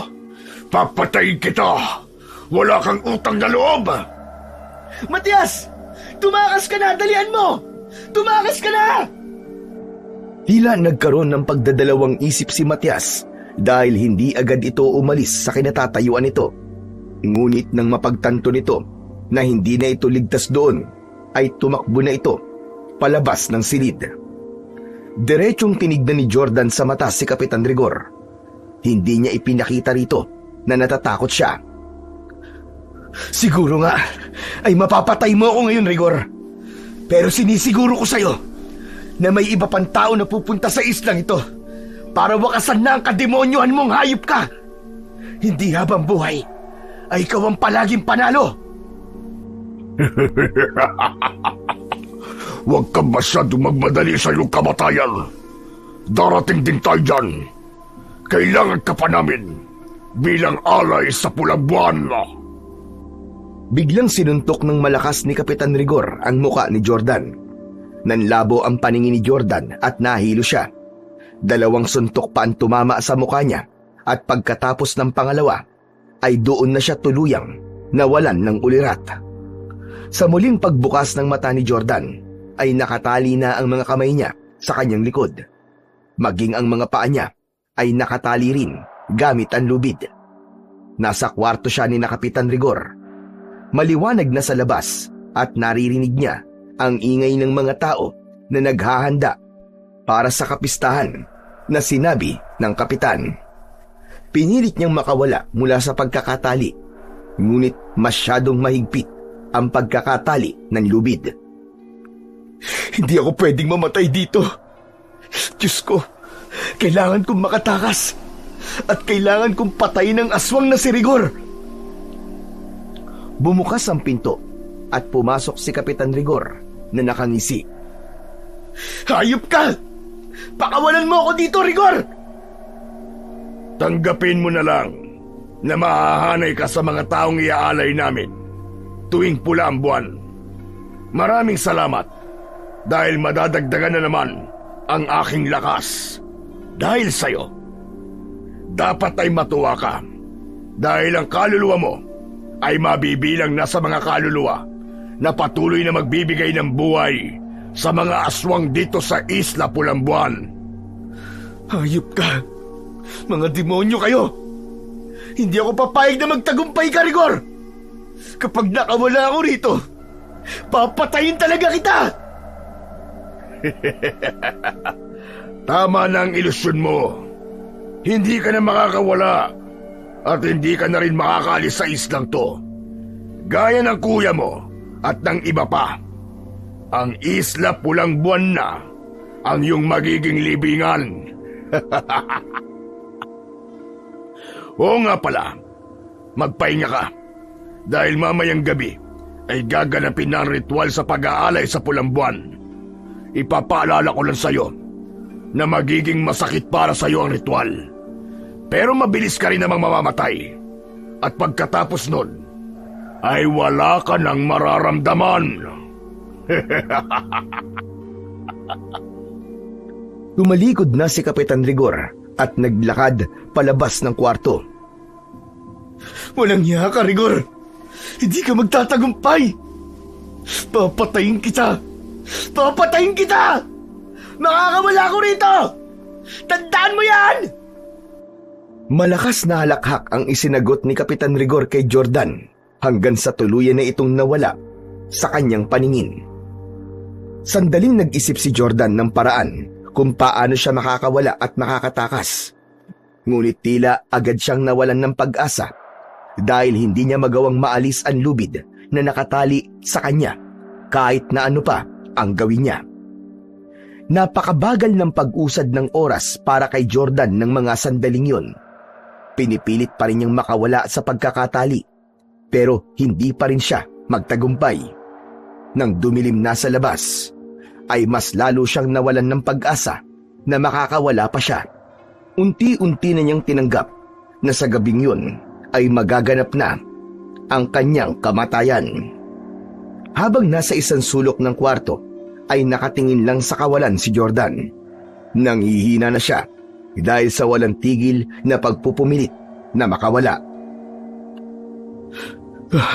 Siguro nga'y mamamatay na ako ngayong gabi.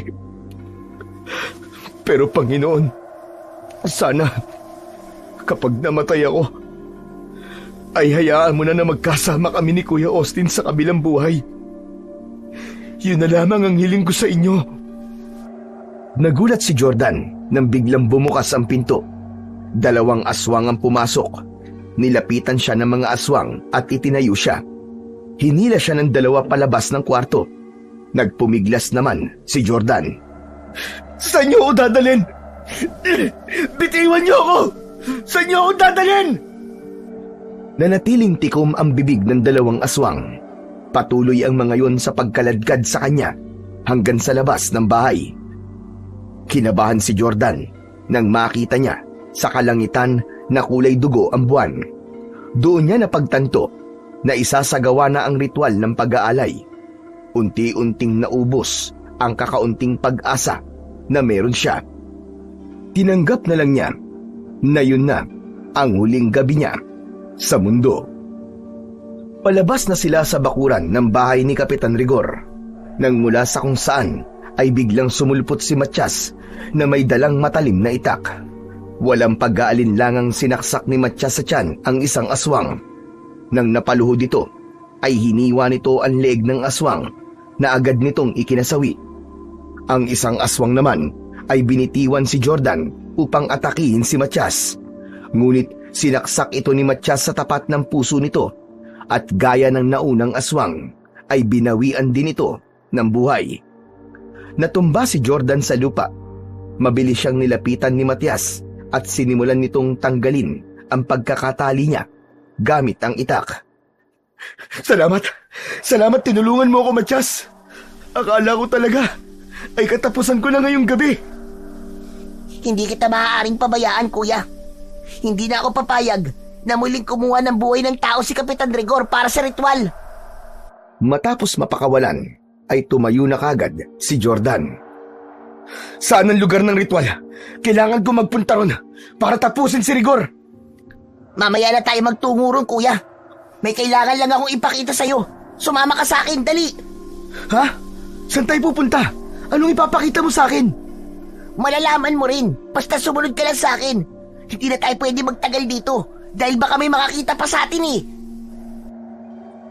Hindi na hinintay ni Matyas na magsalita uli si Jordan. Mabilis itong tumakbo palayo sa bahay ni Kapitan Rigor. Wala nang nagawa si Jordan kundi sundan ang binatilyo. Mabilis ang pagtakbo nilang dalawa. Nagtiwala na lamang si Jordan kay Matyas at hindi niya maiwasang mag-isip kung saan siya dadalhin ni Matyas at kung ano ang ipapakita nito sa kanya.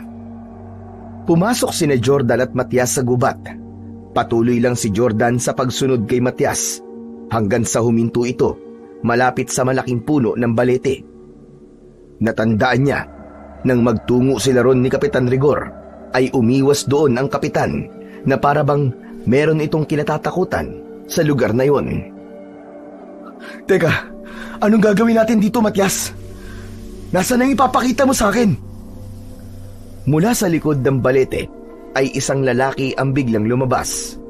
Nanlaki ang mga mata ni Jordan sa pagkakagulat nang makita niya na ang lalaki ay walang iba kundi ang kapatid niyang si Austin.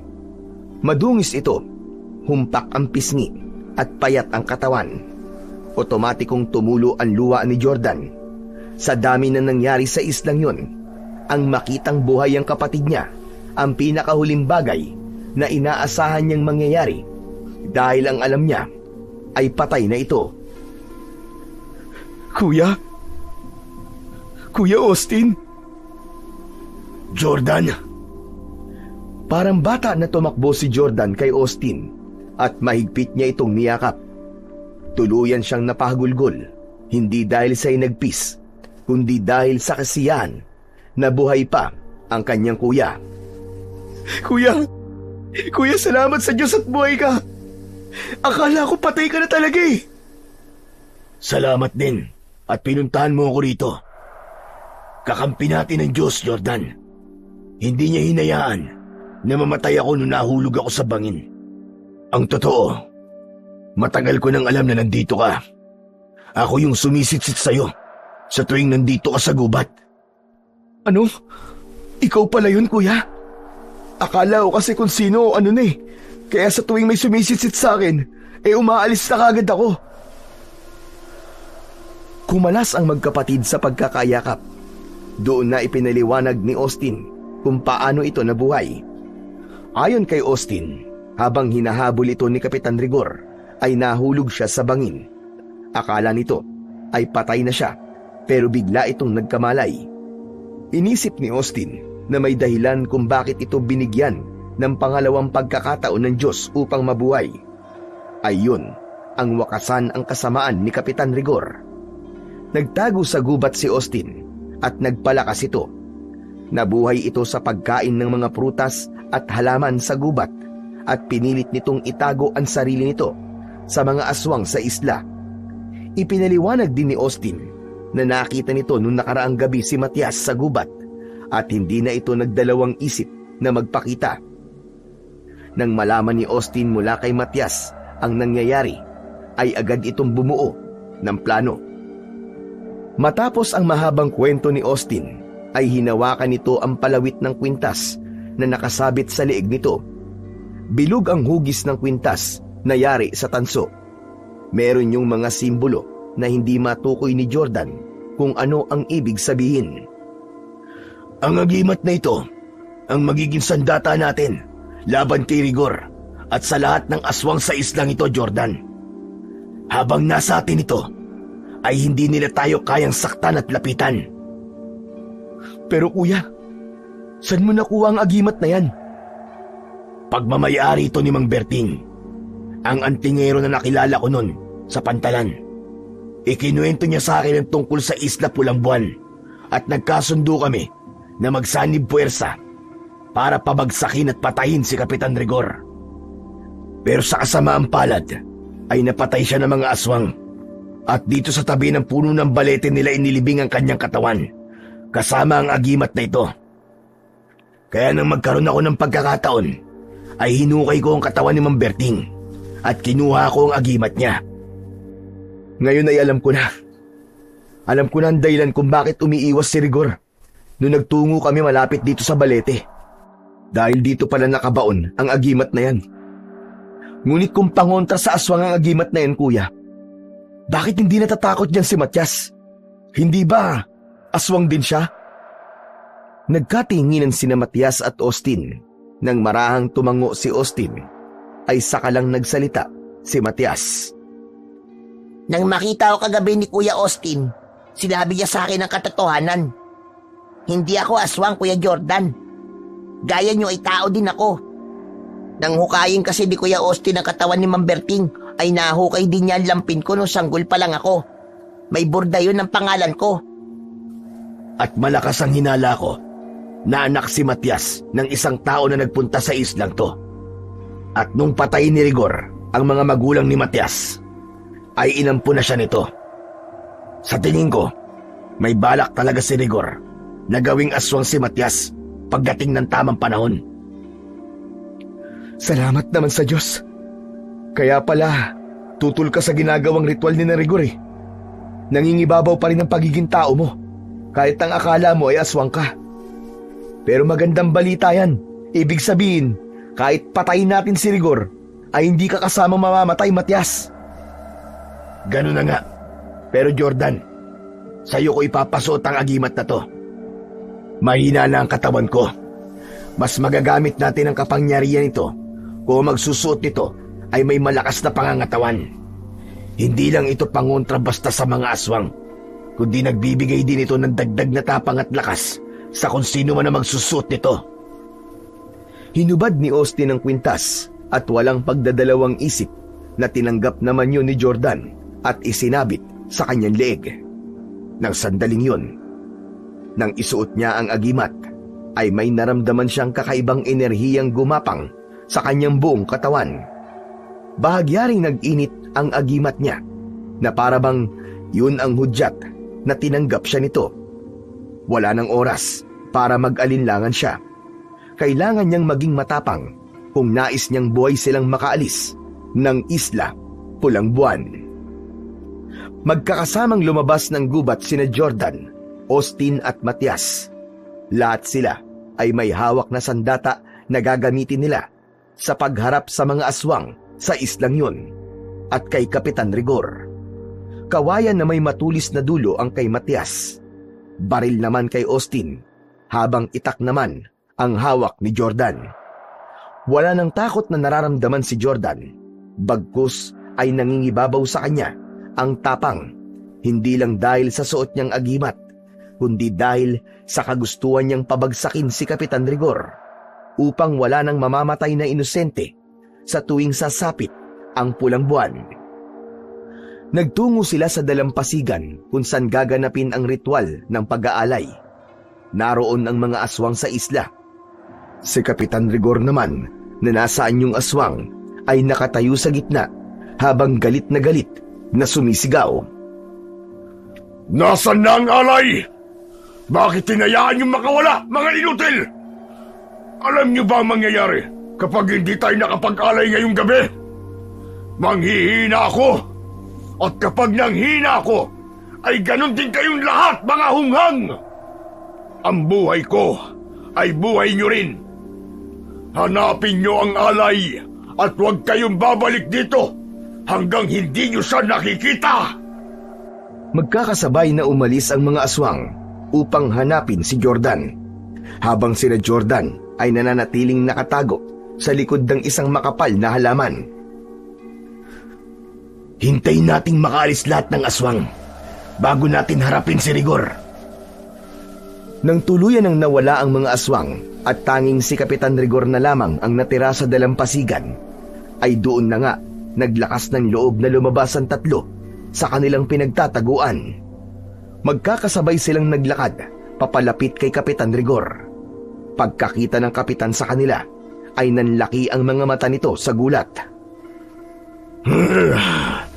Austin, paanong nangyari to? Paano ka nabuhay? Nakita ko nahulog ka sa bangin. Patay ka ng dapat! Hindi mo na kailangan malaman kung paano. Nandito kami para wakasan ang kasamaan mo at ang walang kwentang ritual na ito. Napansin ni Kapitan Rigor ang suot na agimat ni Jordan. Nasa iyo pala ang agimat ng inutil na antingero na yon. Kung inaakala nyo na matatalo nyo kung tatlo ay nagkakamali kayo. At ikaw, Matias, pagsisisihan mo ang pagtatraidor mong ito sa akin. Ang dami mo pang sinasabi! Simulan na natin ang laban! Galit na umangil si Kapitan Rigor. Walang pag-aalinlangang sumugod ito kila Jordan. Agad naman na sinalubong ni Jordan ang pag-atake ni Kapitan Rigor, at nang makalapit sa kanya ang kapitan, ay bigla itong nanghina. Nanginig ang tuhod nito na parabang may isang malakas na puwersa na pumipigil dito para tuluyang malapitan ang binata. Yan ang epekto sa'yo ng agimat ni Mamberting Rigor. Ngayon mo ipagmalaki na may laban ka sa amin. Diablong buwang ka! Hindi ako papayag na matalo. Papatayin ko kayo! Mabilis na nagpakawala ng 3 sunod-sunod na putok ng baril si Austin. Tumama sa balikat, dibdib at tiyan ni Kapitan Rigor ang mga bala, pero parang wala lang dito yun. Umatras ito at muling sumugod. Sa pagkakataong yun, ay si Matias ang pinuntirya nito. Ngunit matapang na sinalubong ni Matias ang kapitan. Inundayan ito ng saksak sa tiyan si Kapitan Rigor gamit ang kawayan. Hinawakan ni Kapitan Rigor ang kawayan at hinugot yun. Malakas nito yung hinila. Nang mabitiwan ni Matias ang kawayan, ay doon ito sinunggaban ni Kapitan Rigor. Itinapon ito sa malayo si Matias. Matias! Huwag mo na akong alalahanin, kuya! Tapusin mo na si Kapitan Rigor! Tumiim ang bagang ni Jordan. Sinugod niya si Kapitan Rigor at sa kabila ng panghihina nito dahil sa agimat, ay pilit pa rin itong nakipaglaban hanggang sa sinipa ni Kapitan Rigor sa tiyan si Jordan. Sa lakas ng sipa ay natumba siya sa buhangin. Sinunggaban siya ng aswang at umibabaw ito sa kanya. Paulit-ulit na binaril ni Austin sa likod si Kapitan Rigor hanggang sa naubusan na ito ng bala. Tila bato ang katawan ng aswang dahil kahit tumatagos dito ang bala ng baril ay hindi ito nasasaktan. Sinabi ko naman sa'yo, Jordan. Ako pa rin ang mananalo kahit suot mo pa ang agimat na yan. Ngumanga ng pagkalaki-laki si Kapitan Rigor. Nakita ni Jordan ang matutulis nitong mga pangil na alam niyang tatapos sa kanya kapag wala siyang ginawa. Hanggang isang ideya ang pumasok sa kanyang isipan. Hinubad niya ang agimat at mabilis niya yung isinuot sa liig ni Kapitan Rigor. Malakas na napasigaw si Kapitan Rigor. Tumayo ito at pilit na hinuhubad ang agimat na parabang sumusunog sa katawan nito. Sinamantala ni Jordan ang pagkakataon na yon. Sumugod si Jordan at isang sigaw na puno ng galit ang pinakawalan niya. Nang mahubad ni Kapitan Rigor ang agimat, ay tila napapaso na itinapon ito yon sa buhangin. Ngunit sa pagharap nito, ay hindi na nito nagawang iwasan ang pagtarak ng itak ni Jordan sa mismong dibdib nito. Bumagsak sa buhangin si Kapitan Rigor. Lumuhod si Jordan sa tabi nito at itinapat niya ang talim ng itak sa liig ng aswang. Hayop ka, Rigor! Dito na matatapos ang kasamaan mo. Sama-sama kayo mamamatay ng mga alagad mong aswang sa islang to. Sige, patayin mo ako. Pero tandaan mo, ako ang puso at buhay ng islang to. Kapag namatay ako, ay kasama kong mamamatay si Matias. Hindi mo na mabibilog ang ulo namin. Alam na naming hindi nyo kagaya si Matias. Tao siya at hindi isang aswang. Doon na tuluyang nilaslas ni Jordan ang leeg ni Kapitan Rigor. Sumirit ang dugo nito. Pilit na sumasagap ng hangin ng kapitan habang unti-unti itong binabawian ng buhay. Kasunod ng pagkamatay ni Kapitan Rigor ay narinig nila ang malakas na pagpalahaw ng mga aswang sa iba't ibang parte ng isla. Alam ni na Jordan na kagaya ni Kapitan Rigor ay binabawian na rin ng buhay ang mga yon. Nang tumahimik na ang buong paligid, ay nilapitan si Jordan nina Austin at Matias. Tinapik ni Austin sa balikat ang kanyang kapatid. Ang galing mo, Tol. Pinahanga mo ako, ah. Salamat, Kuya. Tara na. Umalis na tayo sa islang to. Ang sabi ni Matias ay meron siyang bangka sa kabilang parte ng isla. Hinuha ni Jordan ang agimat at magkasabay na silang naglakad patungo sa kinaroroonan ng bangka na gagamitin nila paalis sa Isla Pulang Buwan. Ngunit natigilan sila nang mapansin nila na wala sa tabi nila si Matias. Nakita nila si Matias na nakatayo ilang metro ang layo sa kanila. Matias! Ano pang ginagawa mo dyan? Tara na! Aalis na tayo! Wala akong pupuntahan. Hindi ko alam kung meron pa akong pamilya sa labas ng islang to, kuya. Binalikan ni Jordan si Matias at hinawakan ito sa balikat. Matias, simula ngayon, kami na ni Kuya Austin ang pamilya mo. Pwede kang tumira sa bahay ko. Malaki ang naitulong mo sa amin ni Kuya. At dapat lang, nasuklian namin yun. Hindi nakapagsalita si Matias. Bigla itong umiyak at yumakap kay Jordan. Gumanti ng yakap si Jordan at nang magkatinginan sila ni Austin ay nakangiti itong tumango. Alam ni Jordan na sang-ayon ang kuya niya sa sinabi niya na sila na ang aampon kay Matias. Matapos ang lahat ay nilisan ni na Jordan ang Isla Pulang Buwan gamit ang bangka ni Matias. Tahimik silang naglayag pabalik sa kabiasnan na dala ang alaalang puno ng takot at katapangan. Sa pagbabalik nila sa syudad ay agad nilang sinimulan ang panibago nilang buhay. Pinag-aral ni na Jordan at Austin si Matias sa isang pribadong paaralan upang matuto itong makisalamuha sa ibang tao. Si Jordan, bagamat hindi lubusang makalimot sa masalimuot na karanasan sa Isla Pulang Buwan, ay mas piniling magpatuloy dala ang paniniwala na kahit nasa pinakamadilim na lugar ay may liwanag pa rin at pag-asa na matatagpuan. Basta't malakas ang iyong pananampalataya sa Diyos na lumikha ng lahat. So yun mga idol, sana po ay nagustuhan nyo ang ating kwento para sa araw na to. Ngayon naman po, ay dumako na po tayo sa inyong pinaka-nire-request at pinaka-hinihintay na shoutout portion. Pasensya na po pala sa mga hindi ko po masya-shoutout ngayon. Pero wag po kayo mag-alala dahil pipilitin ko po na sa mga susunod na kwento ay maibibigay ko na po ang inyong request. Ano pa pong hinihintay natin? Heto na po. Shoutout po at maraming salamat, Rachel Tapulado. Shoutout po, Carolina Olea from Canada. Shoutout po sa lahat po ng mga OFW natin dyan na nagtatrabaho po sa Canada.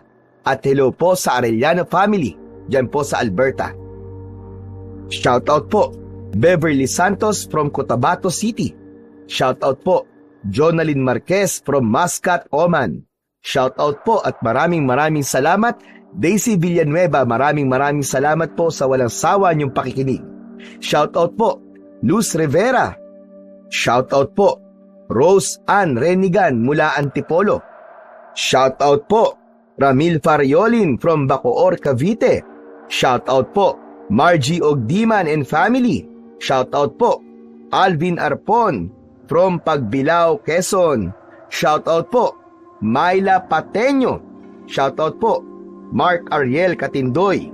At shoutout po, Daryl Lorica. Shoutout daw po sa Team Manunugis na sina Harlem, Daryl, Arlan, Jamir, Densyo, Damian at si Erickson. Hello po sa inyo mga Team Manunugis. Shoutout po, Delia Luwage Tonso. Shoutout po, Marcus Q90 from Oman. Shoutout po kay Nina Grace Dio. Shoutout daw kay Mitz from Kuwait. Shoutout po, Badong Tampolo. Shoutout po kay Kit Liumel from Quezon City. At syempre, shoutout po, Franz Anthony Galon. Shoutout daw kay Mark Anthony Galon and Galon family. At saka sa Aribado family from Cebu. Muli po, maraming salamat po sa inyong walang sawang suporta at pakikinig ng mga kwentong aswang at kwentong katatakutan sa aking munting channel na The Voice Addict at Apong Isaak. Hanggang sa susunod pa pong kwento na magpapatindig ng inyong mga balahibo mula sa mundo ng kababalaghan.